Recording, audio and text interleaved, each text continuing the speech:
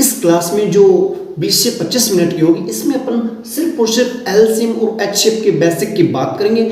जिस भाई ने या बहन ने अगर गणित में एलसीएम एचसीएफ पढ़ रखा है, उनके लिए भी इस क्लास में कुछ ना कुछ जरूर नया होगा जो उनको सीखना चाहिए।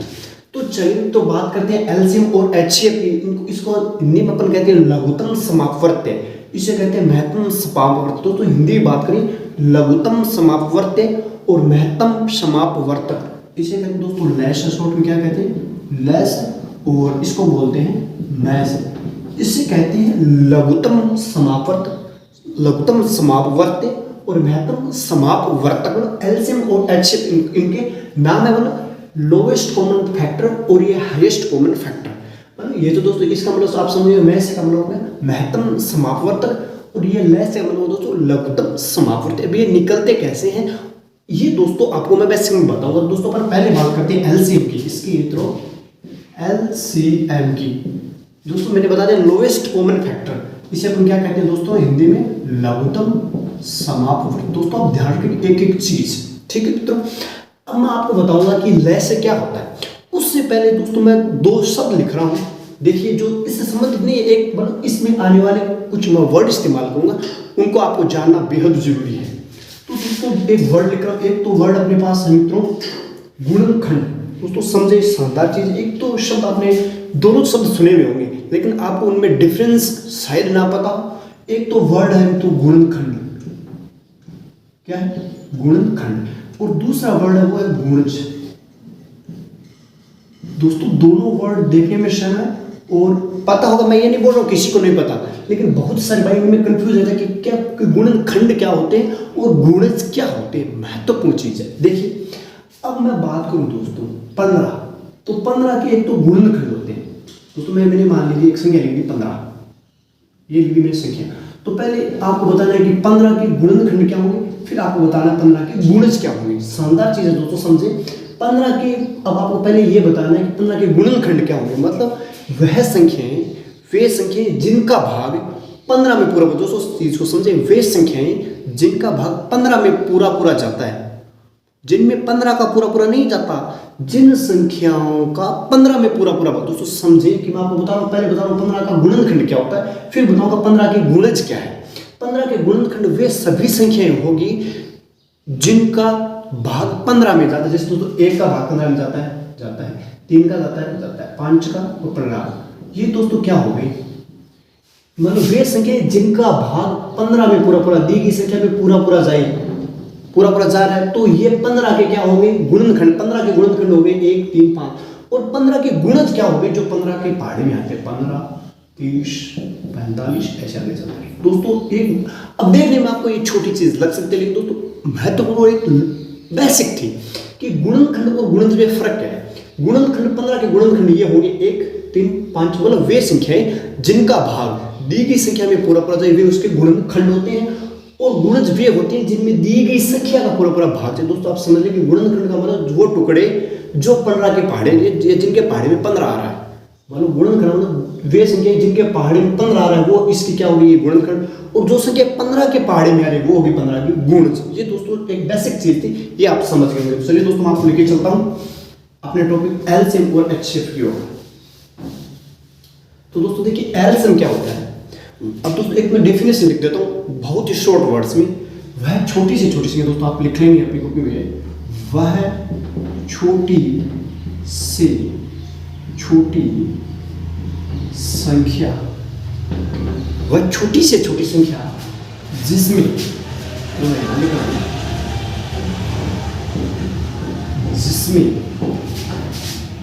दी गई सभी संख्याओं का पूर्णतः भाग चला जाए।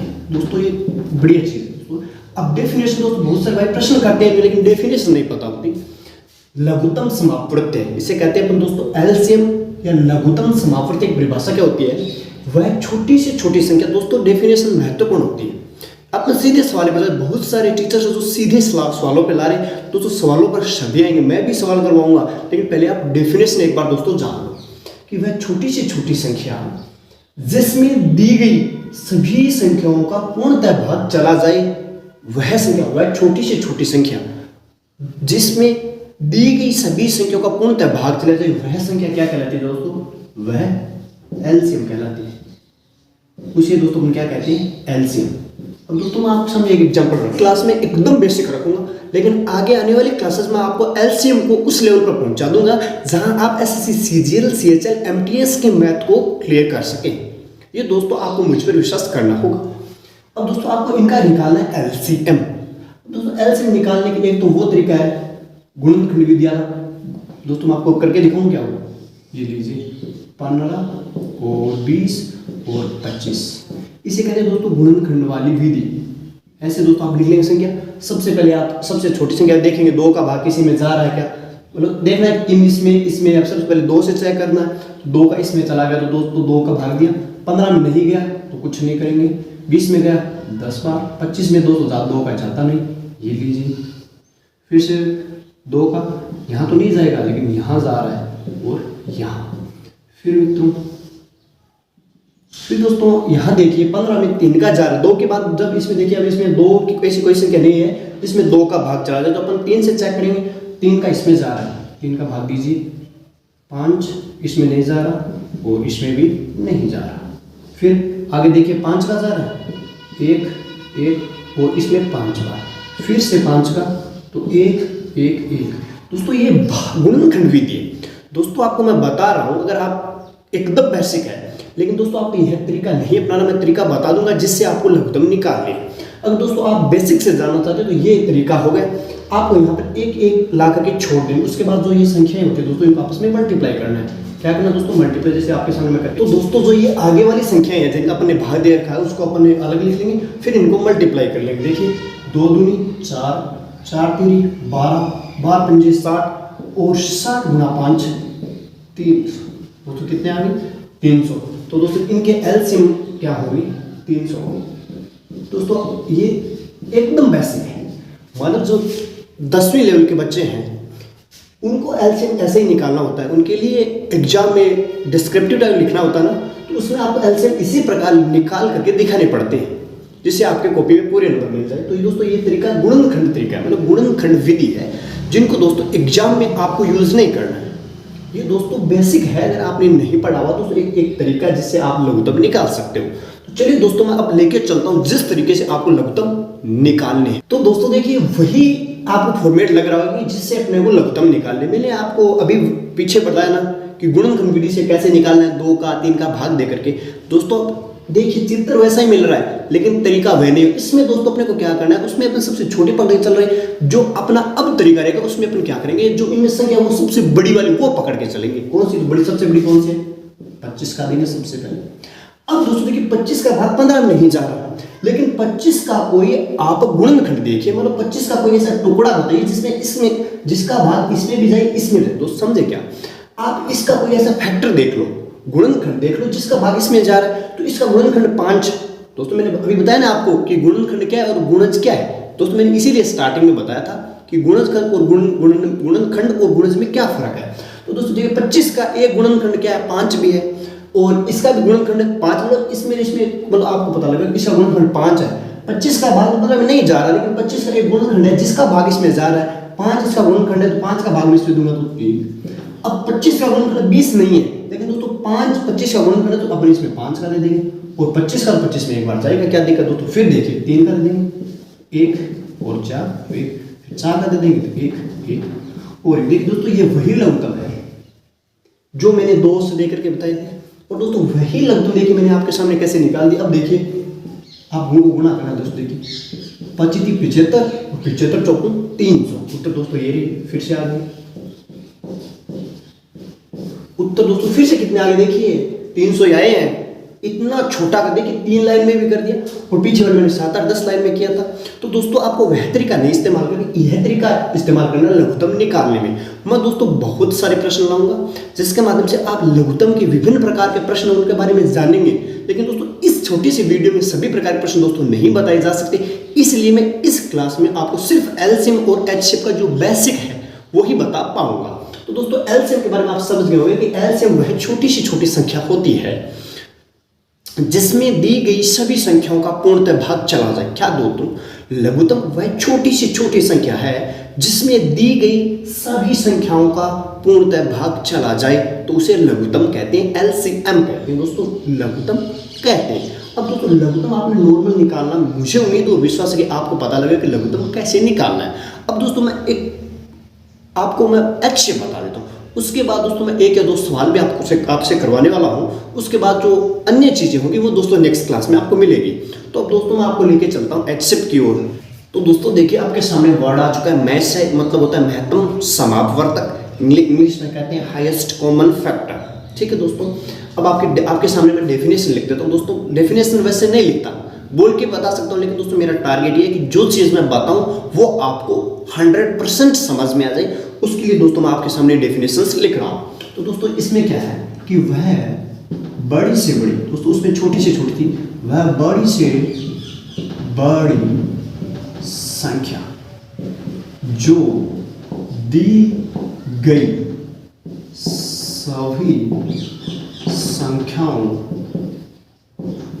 को पूर्णतः विभक्त कर दे,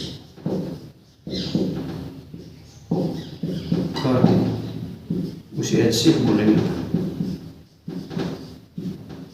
तो समझे क्या, वह बड़ी से बड़ी संख्या जो दी गई सभी संख्याओं को पूर्णतः विभक्त कर दे, वह एचसीएफ कहलाती है। दोस्तों डेफिनेशन आपको पढ़नी है, ये दोस्तों डेफिनेशन जब आप सवाल करोगे तो ऑटोमेटिक आपके दिमाग में सेट हो जाएगी कि एचसीएफ होता क्या है। एचसीएफ वह बड़ी से बड़ी संख्या है जो दी गई सभी संख्या, मतलब 2 या 3 आपको संख्या दे होंगी, जो दी हुई संख्या को पूर्णतः विभक्त कर दे, दोस्तों डेफिनेशन में आप अंतर समझे। दोस्तों ये डेफिनेशन आप लिख लेंगे।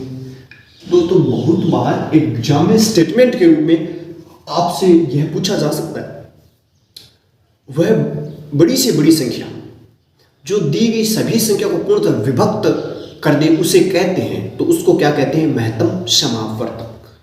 दोस्तों डेफिनेशन में वह बड़ी से बड़ी संख्या जो दी गई सभी संख्याओं को पूर्णतः डिवीज कर दे, या दोस्तों विभक्त कर दे या डिवाइड कर दे, उसे एचसीएफ कहते हैं। अब दोस्तों एक एग्जांपल है, दोस्तों आप डेफिनेशन नहीं समझे तो चिंता नहीं करें, क्योंकि दोस्तों एग्जांपल लूंगा तो उसमें आप गारंटी के साथ एचसीएफ को समझ जाएंगे। चलिए दोस्तों मैं आपके सामने एग्जांपल आपने लिख दिया एचसीएफ का है ये, कि आपको 26, 65 और 69, सो दोस्तों 169 के एचसीएफ निकालते हैं। मतलब दोस्तों क्या निकालना है आपको, मैथ्स है या महत्तम समापवर्तक निकालने। अब दोस्तों इसके भी बहुत, जैसे मैंने अब पीछे वाले में आपको करके बताया टुकड़े, जैसे मैंने गुणनखंड विधि से बताया आपको, तो इसमें भी आप अलग अलग से 26 का अलग रख के और 65 का अलग रख के और 169 का अलग रख के आप गुणनखंड विधि से भी एचसीएफ को निकाल सकते हैं। दोस्तों उसमें कोई दो नहीं, सबसे पहले 2 का देंगे, फिर 2 का जाएगा, 3 का ऐसे जाएगा, जितने दे देंगे छोड़ देंगे। 65 में देखेंगे 2, 3, 5 लगेगा, लगा देंगे, इसमें लगा देंगे। उसके बाद दोस्तों आप उस तरीके से भी कर सकते हो, लेकिन दोस्तों आपको मैं एग्जाम कॉम्पिटिशन एग्जाम के अकॉर्डिंग बता रहा हूँ। तो दोस्तों उसमें आपको एचसीएफ कैसे निकालने हैं, तो दोस्तों उसके लिए सबसे पहले आपको क्या करना है कि जो संख्या सबसे छोटी है, देखिए इसमें सबसे छोटी क्या है दोस्तों 26, और उसका भाग दोस्तों उससे तुरंत बड़ी वाली में। दोस्तों इस ट्रिक को समझिए, तरीके को, जब आपको एचसीएफ निकालना हो तो सबसे छोटी उसको तो आप रख देंगे यहाँ भाजक की जगह, और इससे तुरंत जो बड़ी होगी उसको रख देंगे भाज्य में दोस्तों यहाँ रख देंगे 65। अब दोस्तों आप भाग देंगे, 26 दूनी 52, बच गए दोस्तों 13। इसके दोस्तों यहाँ फिर भाग का चिन्ह, और इसमें क्या रखना है दोस्तों, ये नहीं रखनी है, यह वाला रखना है जिसका भाग आपने पहले दिए। तो 26 2 बार 3 26, दोस्तों यहाँ क्या बच गया 0। इसका मतलब दोस्तों यहाँ से देखें तो अंत में अपने 13 का भाग दिया। तो अगर दोस्तों ये 2 ही संख्या है, दोस्तों इस चीज को समझे, अगर ये संख्या होती नहीं, ये 2 ही संख्या होती, तो जो आपका अंतिम भाग दोस्तों यहाँ और अगर भाग लंबा चलता तो जो अंत में जो भाजक बचता वही अपना क्या हो जाता, एचसीएफ। अगर ये दोस्तों 2 ही संख्या होती तो एचसीएफ 13 हो जाता। दोस्तों समझिएगा, अगर आप यहाँ और भाग का चिन्ह लगाते हैं, ये बात समझना, और यहाँ कोई संख्या आती है जिससे पूरा पूरा अंत में यहाँ पर 0 बचता है, तो यहाँ मान लीजिए आपने 31 रखे और अंत में 0 बन गया, तो ये 31 आपका HCF होगी, मतलब जो अंतिम भाजक है वह HCF होती है। तो अपने यहाँ से अगर इस इन दो को यूज किया तो कितने HCF आए अपने पास आपसे दोस्तों, यहाँ आपके पास 0 बन गया, तो 0 बन गया, इसका मतलब आपका HCF हो गया 13। अब जब संख्या 2 हो तो तब तो कोई दिक्कत नहीं है, जब संख्या 3 हो तो जो अंतिम भाजक है 13 उसको अपने को चेक करना पड़ेगा कि क्या इसमें भी भाग जा रहा है या नहीं, ये दोस्तों देखना जरूरी है। फिर दोस्तों यहाँ से आपके पास 13 HCF आ गए। फिर दोस्तों अंतिम संख्या है उसको लिखते हैं 169। अब दोस्तों आपको पता होगा कि 13 × 13 और फिर शेष कितने में दोस्तों 39। दोस्तों यहाँ से आप एक बार भाग और दे सकते हैं। फिर दोस्तों आप किस कर देंगे, अब दोस्तों आप एक इजीली सोच पा रहे होंगे कि 13 का वर्ग 169 है, क्या है दोस्तों 13 का वर्ग 169। अब तो एक चीज यहाँ पर आपको समझनी होगी कि अपने भाग वाली प्रोसेस अपना सकते हैं, एक बात समझना, भाग वाली प्रोसेस अपना सकते हैं, लेकिन आपको करना यह है, अब दोस्तों मैंने आपको एक बार भाग लगा दिखा दिया दोस्तों, यह तरीका यहाँ गलत साबित हो जाएगा। कैसे, इसमें यही होता है कि आपको एक बार में, मतलब इसका मतलब ये नहीं कि आप इस भाग को 13 भाग लिए हैं, आप एक सिर्फ और सिर्फ दोस्तों आप इसके फाड़े को 169 तक पहली दफा में बोले, कोई शेष बच रहा है तो देख लेंगे। दोस्तों आपको बताओ कि 13 का फाड़ा जब अपन 13 बार बोलते हैं तो 169 ही आता है, यहाँ अपने पास 0 बच जाएगी, तो अंतिम भाजक अपना 13 ही हो गया। अब दोस्तों मैंने वैसे कि वैसे आप भाग नहीं कर सकते दोस्तों, अगर आप ये समझ लें जैसे यहाँ 168 होता है, फिर आप 13 का भाग लगाते तो 13 बार नहीं जाता, तो दोस्तों 12 बार तो चला जाता, तो 12 13 156 हो जाते हैं। तो दोस्तों आप 156 कर देते और फिर जो 12 होते हैं वो लिख देते। फिर दोस्तों यहाँ आपको पता क्या था, यह वाला, तो वैसे करने से दोस्तों उत्तर बदल सकते थे, लेकिन यहाँ देखिए 169 है, मतलब 13 के पूरा मल्टीप्लाई दोस्तों 13 का, तो 0 बचा, तो यहाँ दोस्तों अंतिम भाजक क्या है 13। और दोस्तों 13 इनका तो दोनों का अपने पहले प्रूफ कर दिया कि 13 है, लेकिन इसका भी पता लगा कि 13 है, इसका दोस्तों इन संख्याओं का HCF क्या हो जाएगा 13। दोस्तों ये शानदार तरीका, आप बड़े से बड़ा HCF दोस्तों इससे ज्ञात कर सकते। दोस्तों इसको आप बोरिंग नहीं समझे, मैं आपको समझा रहा हूँ, मतलब इतना वक्त लग रहा नहीं दोस्तों, आप प्रश्नों को इजीली हल कर सकते हैं। तो दोस्तों एक HCF का प्रश्न आपके सामने रख रहा हूँ, वो ये रहा दोस्तों, इसका आपको HCF निकालना दोस्तों आप देखकर भी निकाल सकते हो कि वह बड़ी से बड़ी संख्या कौन सी है, आपको देखनी है जिसका भाग 15 में भी चला जाए, 20 में भी जाए और 45 में भी भाग, तो आप देख करके यहाँ बता सकते हो इजीली कि एकमात्र संख्या 5 ही है, ऐसी बड़ी से बड़ी 5 ही एकमात्र संख्या है जिसका भाग तीनों में जा रहा है। तो दोस्तों मैंने अभी तक ये बता दिया कि एलसीएम और HCF कैसे, तो आपको साधारण एलसीएम और HCF बताने के बाद दोस्तों अब मैं आपको बताने जा रहा हूँ कि भिन्नों का एलसीएम और HCF कैसे निकालना है।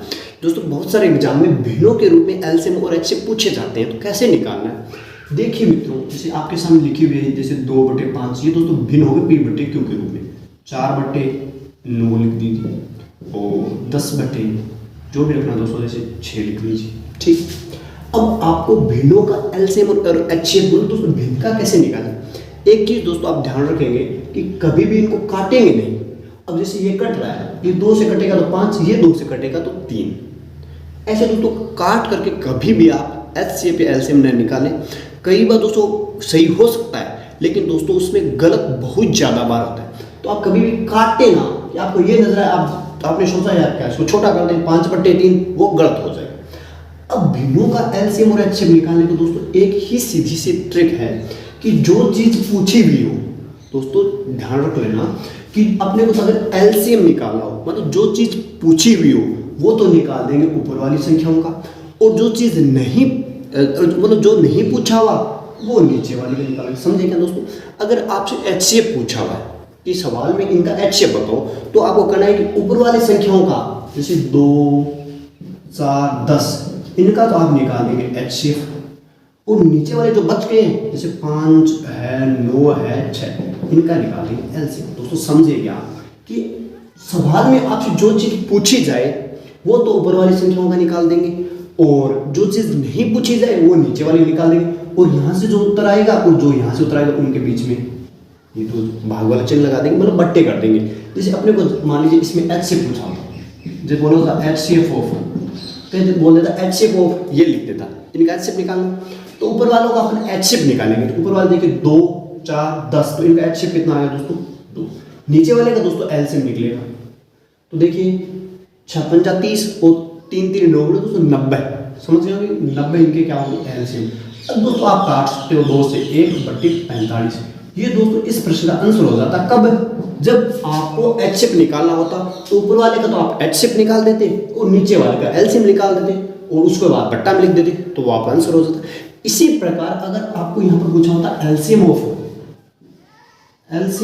मतलब आपको लघुत्तम एलसीएम ऑफ 2/5, 4/9, 10/6, अगर दोस्तों एलसीएम पूछा होता तो ऊपर वाली संख्या इनका अपन एलसीएम निकाल देते थे। कहते थे दोस्तों देखिए, अगर आपसे एलसीएम पूछा होता तो उत्तर क्या होता था, तो ऊपर वाले का एलसीएम 20 होता था और नीचे वालों का HCF। दोस्तों HCF मतलब बड़ी से बड़ी संख्या जिसका भाग इन तीनों में जाए तो वो दोस्तों एक ही होगी, वो होगा 1।